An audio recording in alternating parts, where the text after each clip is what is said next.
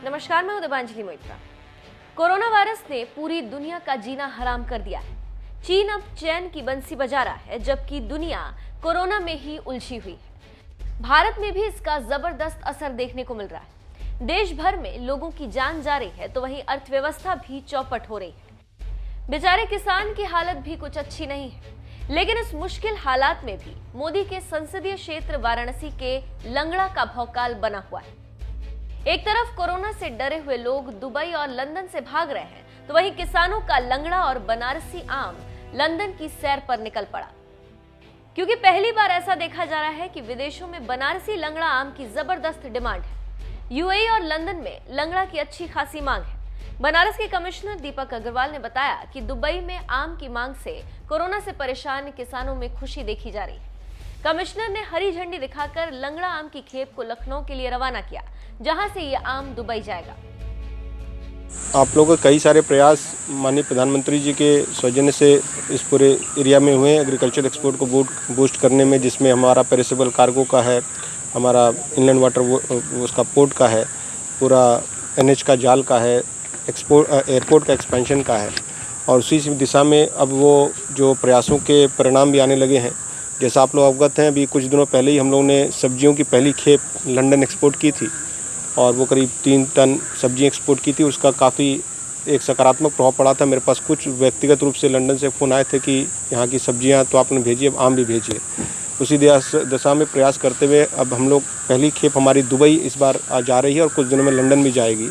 अभी दशहरी और लंगड़ा आम जा रहा है हमारा जया एफपीओ के माध्यम, ये जो फार्म है ये जया एफपीओ का है, इसके माध्यम से जा रहा है। इसमें एपिडा का बहुत ही एक्टिव और बहुत ही सकारात्मक रोल रहा है और उनकी जितनी भी प्रशंसा की जाए, सराहना की जाए कम है। और उस बहुत ही हम लोग तीव्र गति से, जब से लास्ट हम लोग ने बैठकें की थी, चेयरमैन एपिडा सब आए थे, उसके समय से काफ़ी बड़ी अच्छी प्रगति हुई है। अब यहाँ पे हम लोग प्रयास कर रहे हैं कि जो अभी वर्तमान में ये आम पहले लखनऊ जाएगा, वहाँ पर इसकी पैकिंग पैक हाउस में जाके वहाँ से पैकिंग होके जाएगा।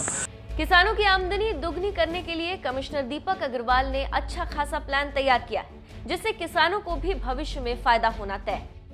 हम लोग ने ऑलरेडी ज़मीन एक चिन्हित की है, उसका यूपीएसआईडीसी से उसको हम लोग प्रयास करके ले रहे हैं, जिसमें हम लोग वाराणसी में एक पैक हाउस बनाएंगे, जिससे कि यहाँ पर की जो सब्जी और आमों के उत्पाद हैं यहीं पे पैकेजिंग होकर यहाँ के माध्यम से सीधे हम लोग विदेशों को भेज सकें।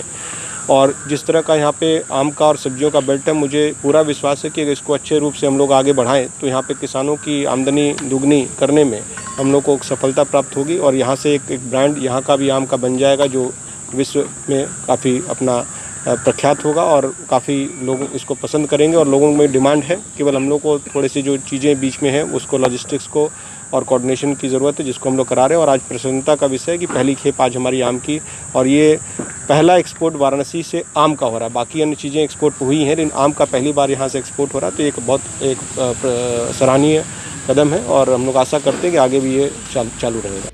पहली बार किसानों का आम विदेशों में जा रहा है, जिससे बनारस के किसानों में भी जबरदस्त उत्साह देखा जा रहा है। हमने ऐसे ही कुछ किसानों से बात की। सरकार की इस पहल पर सुनिए किसानों का क्या कहना है। ये बहुत ही अच्छी बात है। इसके पहले ही बता दें आपको कि गाजीपुर के मिर्च, लौकी भी यहाँ से जा चुके हैं और अब ये बनारस से लंगड़ा आम यहाँ से भेजा जा रहा है। कोरोना काल में किसानों के लिए एक बहुत खुशी की बात है कि किसानों की ये ऐसा जहाँ पे काम की संभावनाएं लोगों को नज़र नहीं आ रही हैं, यहाँ से हम इस चीज़ को एक्सपोर्ट कर रहे हैं। और हमें लगता है कि आने वाले समय में हमारे देश में जो भी फल और सब्जियाँ और भी हैं, वो भी निश्चित ही बहुतायत में यहाँ से निर्यात जरूर होंगी, जिस तरीके से हिंदुस्तान से डिमांड चली आ रही है। ये कहीं और भी होता है लंगड़ा आम की, बस बनारस? ये केवल बनारस का फल है यहाँ का और प्रसिद्ध फल है। अगल बगल के ज़िलों में ये जाता है। अब ये यहाँ से लोकल टू ग्लोबल होने जा रहा है। कितना लाभ मिलेगा इससे? बहुत लाभ मिलेगा निर्यात में। हाँ, आम के बागवानी को बहुत लाभ मिलेगा। बनारस के अगल बगल ज़िलों में बहुत लंगड़ा आम होता है, क्योंकि अगल बगल के बस ज़िलों में ही रह गया था। अब ये मुझे लगता है कि सारे देश में भी इसकी डिमांड बढ़ जाएगी। विदेश तो जा ही रहा है, विदेशों में डिमांड बढ़ेगी इसकी। मेरा नाम शार्दुल विक्रम है और मैं किसान उत्पादक संघ Jaya seeds farmer producer company का डायरेक्टर हूँ। और हमारी जो संस्था है, ये किसान के जो समूह का गठन भारत सरकार करा रही है, वो हमने फार्ड फाउंडेशन के थ्रू, पंजाब सर की फाउंडेशन है, उसके अंडर में हम लोगों ने बनाया इसको। और फिर उसके बाद धीरे धीरे उनकी गाइडलाइन में हमने इसमें काम करना शुरू किया। जो कि पिछले 3-4 सालों के प्रयास के बाद आज ये सफलता मिलने के कगार पे हम खड़े हैं कि हमारा बनारसी लंगड़ा आम, जो कि यहाँ के लिए बहुत मशहूर है लेकिन दुनिया में नहीं जानता कोई, तो इसको दुनिया से जानकारी दिलाने, रूबरू कराने के लिए हमारे एक्सपोर्ट एसोसिएशन वाफा का हम बहुत धन्यवाद करते हैं। आम का नाम कैसे पड़ा लंगड़ा? कहते हैं पूरे उत्तर भारत की शान लंगड़ा आम का नाम लंगड़ा पड़ने के पीछे भी बड़ी वजह है। करीब 250-300 साल पुरानी बात है। एक व्यक्ति ने आम खाकर उसका बीज घर के आंगन में लगा दिया था। पेड़ पर जब आम लगा तो वो बहुत ही मीठा था। लोगों को ये काफी पसंद आया।